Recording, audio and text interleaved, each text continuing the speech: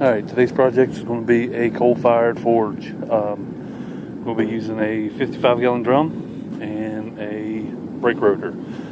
This one's off of a larger truck. It's not a semi or anything like that, like a F-250 or something like that, but probably one of the bigger ones that I would probably use. I actually would have liked to have a smaller one off of a car or something, but this would do alright. I just wouldn't go any bigger than that. So first things first is just figuring out where you want to place that rotor in the top of your drum.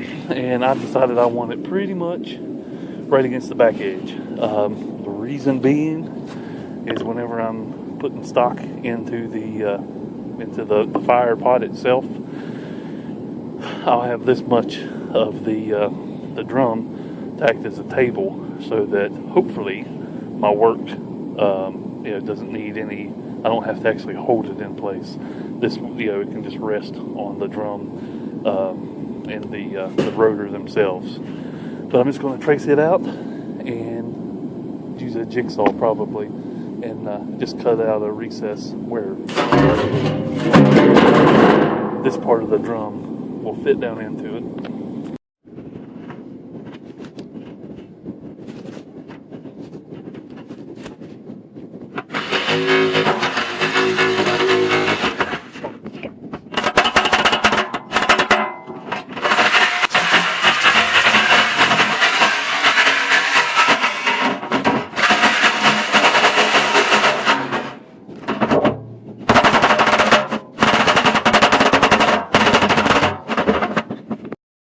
Alright, after just a couple blows with the hammer, everything's seated nice and tight against the top of the drum. So the next thing we got to do is do the rest of the prep work of this rotor to make sure it works out as a fire pot.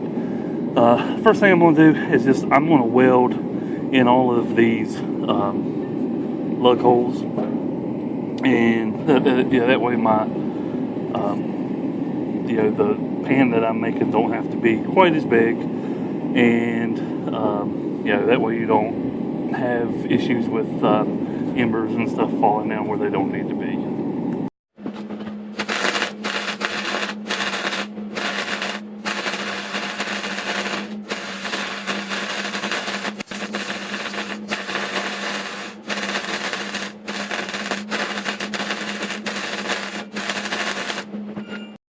Holes welded in.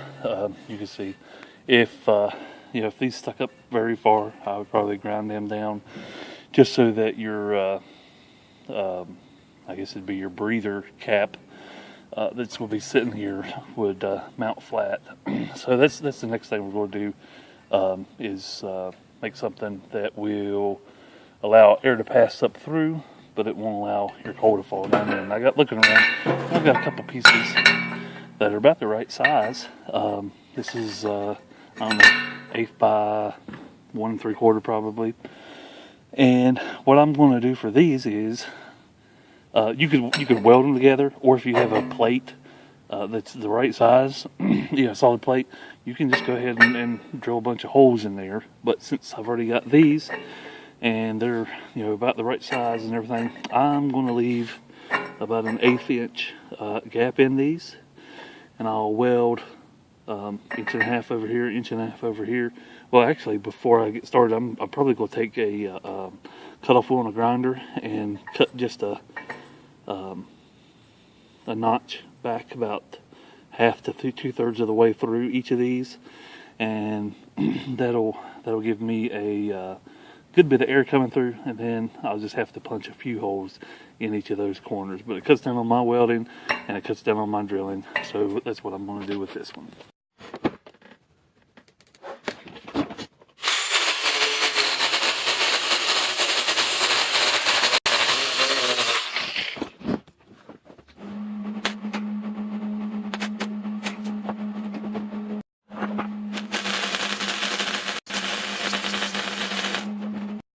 Alright, here's the bottom of the fire pot now, completed. I ground the tops of the welds off just so that whenever the time came for cleaning this pot out for clinkers and whatnot, that won't be jutted up and giving them a place to adhere to, or be in the way. I left the gap in between the two plates, like I said. I got a little bit crooked when I was cutting my my cross groove or line or whatever you want to call that. No biggie. And then I went ahead and I drilled the additional holes, around the perimeter, and that'll be just about the size of our pipe. But this is, the whole top half of this thing is basically done. We just got to work on the air piping underneath, and we'll be ready to try it out.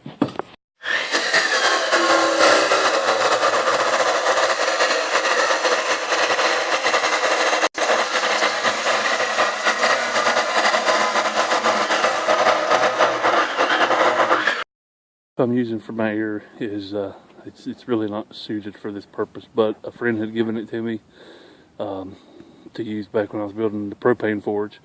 I had a piece left over, so we're going to make it work. I don't know, this is about 2.5 inches, and it's probably a 1/4 inch walled.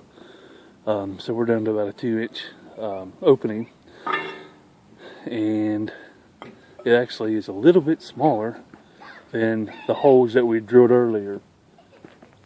Some of the holes will be underneath, or above rather, the walls. But I'm just going to go ahead and press on rather than try to find something else. I'm going to actually weld this plate to the top of the pipe, and I'll figure out a way, hopefully, that'll actually be removable.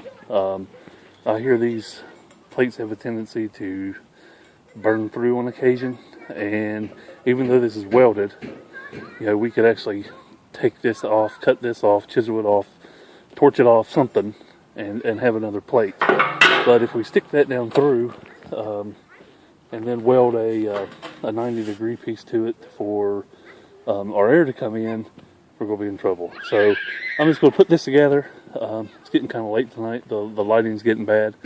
I'll do a little bit of pondering tonight. We'll come back out here tomorrow, and we'll figure out how we're going to do our air intake. Yeah, on second thought, I don't have work lights and pay a power bill for nothing. I'm going to keep on working on this for a little bit. Next thing is I'm just going to basically cut out a little door, probably about as wide as what that label is, and bring it up to around here. And then that'll give us access into the drum to do all the hookups for the air system and everything.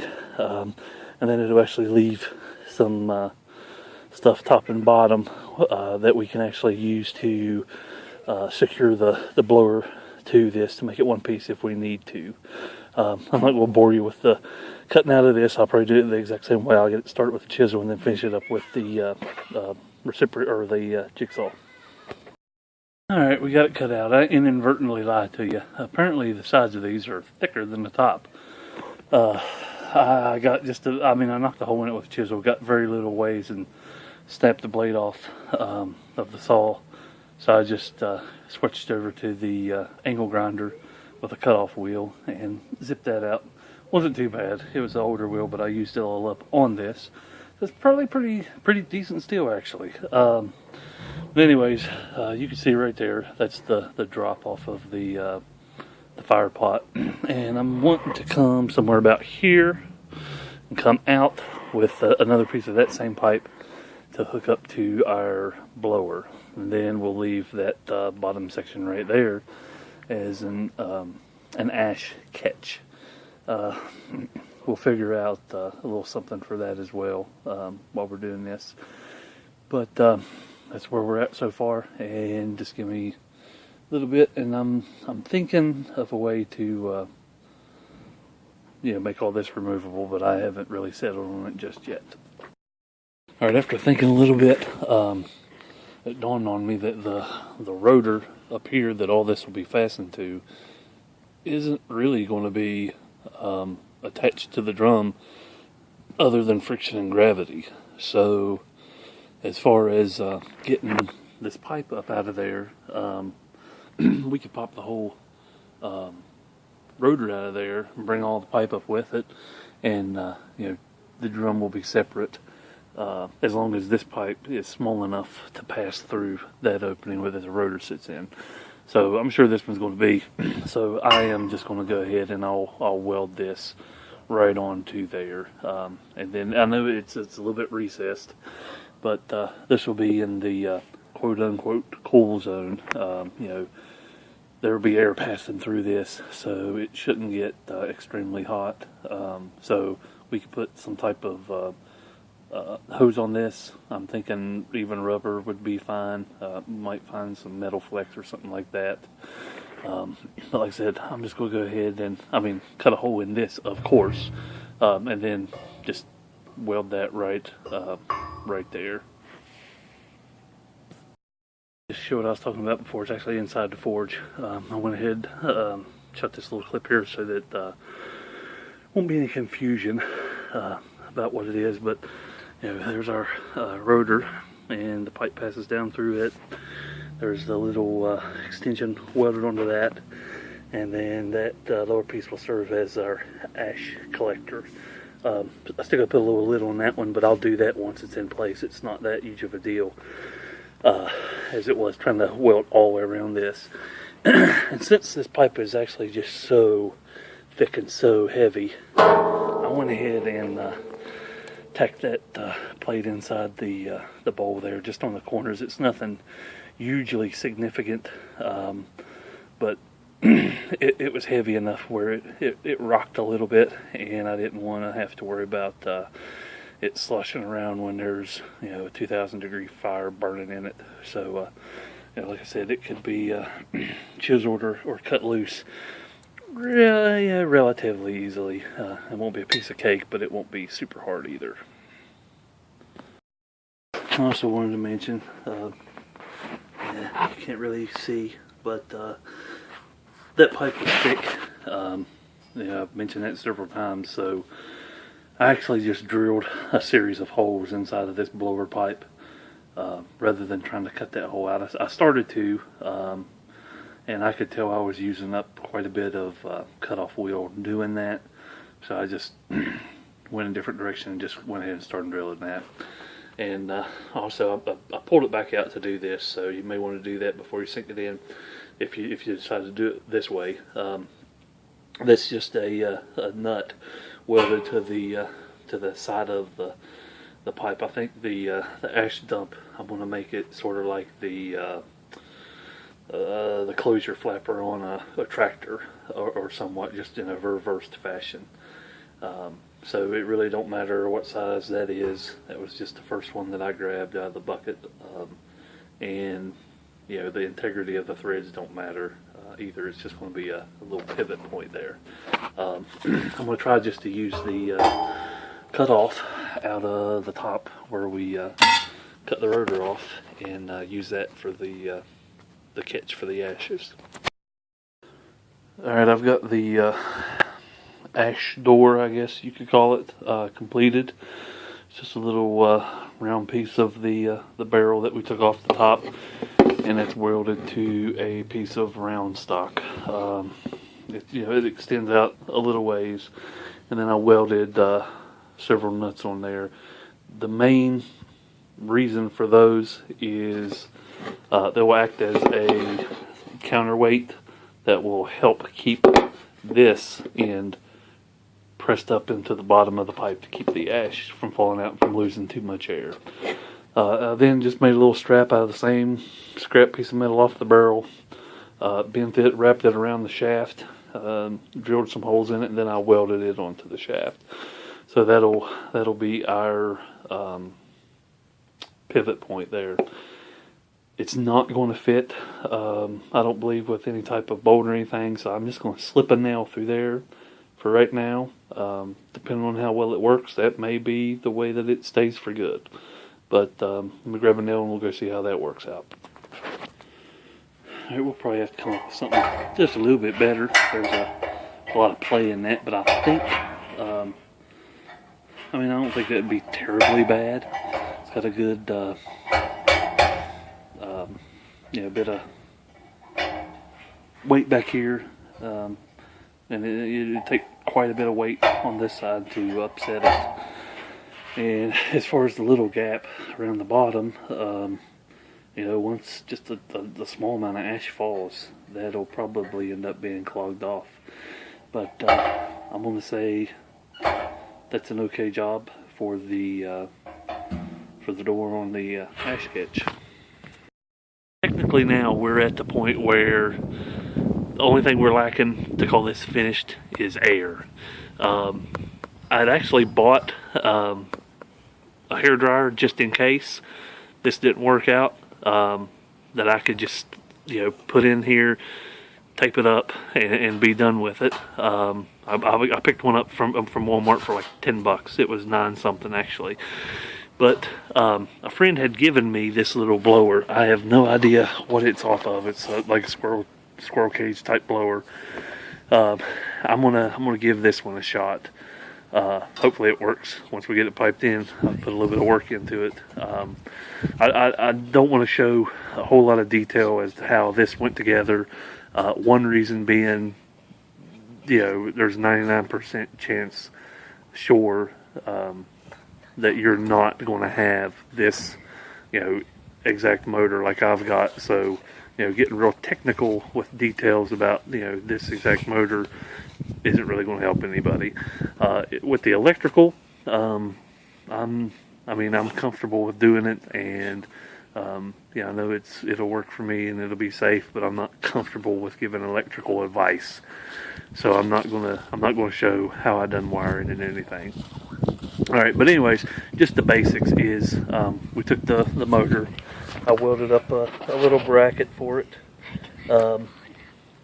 just so that everything lined up. You can see that the outlet and the intake are both lined up. I did make a little flange there. It was already tapped and threaded, so I just took another little piece of the barrel, cut off a little piece of our pipe. That way, whatever we end up going with to connect these two, it's the same on both ends. So that was good. I wired it up actually on a dimmer light switch. That way it can be multiple speeds. I heated up a piece of schedulated conduit so it'll wrap around the barrel. There's hooks here and there for it to actually rest on, and then there's our control switch, so we can turn it on full blast. Go ahead, Mace. All the way up, and we'll see how this works. Once it's hooked up, it may be too much air, I don't know. But and then I looked at it also, and that's what the market's for, and that would I think that's going to be a good idle speed. So I've got anthracite coal right now, so it's going to need air moving at all times, and I think that'll be my low end for that, and then all the way up or close to it for the actual forging. But we're going to run out to Lowe's real quick, see what they've got.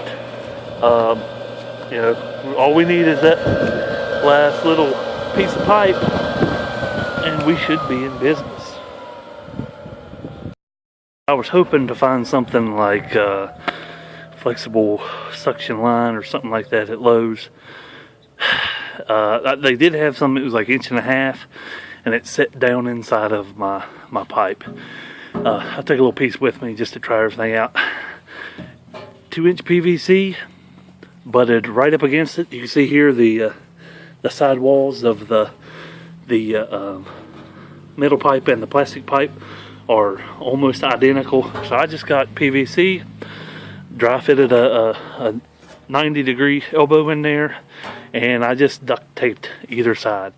I'll see how this goes. I don't think that it should get hot enough to do anything down here. It's pretty stable. It's in there good. We've fired it up, and air is coming up through the fire pot. So give us a few minutes, and we'll get a fire going, and we'll see how this thing actually runs. All right, we got it fired up. I started with hardwood and finally got the coal to take. This is actually the first time I've ever lit a coal forge, so I'm not 100% sure how well I've done with that. But it's glowing nice and hot underneath. So I'm gonna baby this and get me a good fire going, And I can see now my first project with this is going to be turning this piece of round stock into a little bit of a coal rake. So I'm going to turn you loose. I'm going to get onto that. But if you like the video, give me a thumbs up. Any questions, leave them in the comments. And if you want to, subscribe.